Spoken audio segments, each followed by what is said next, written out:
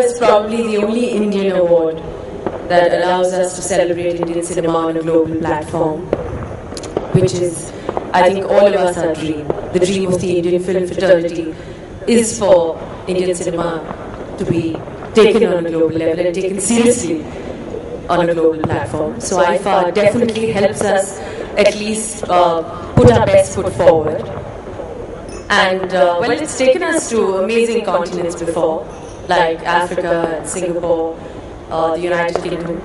But this time, it takes us to one of the most revered countries of the world, which is the United States of America.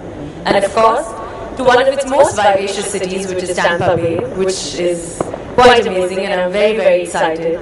Well, I've been to Miami, I haven't been to Tampa, so I look forward to that. I look forward to entertaining all my fans there.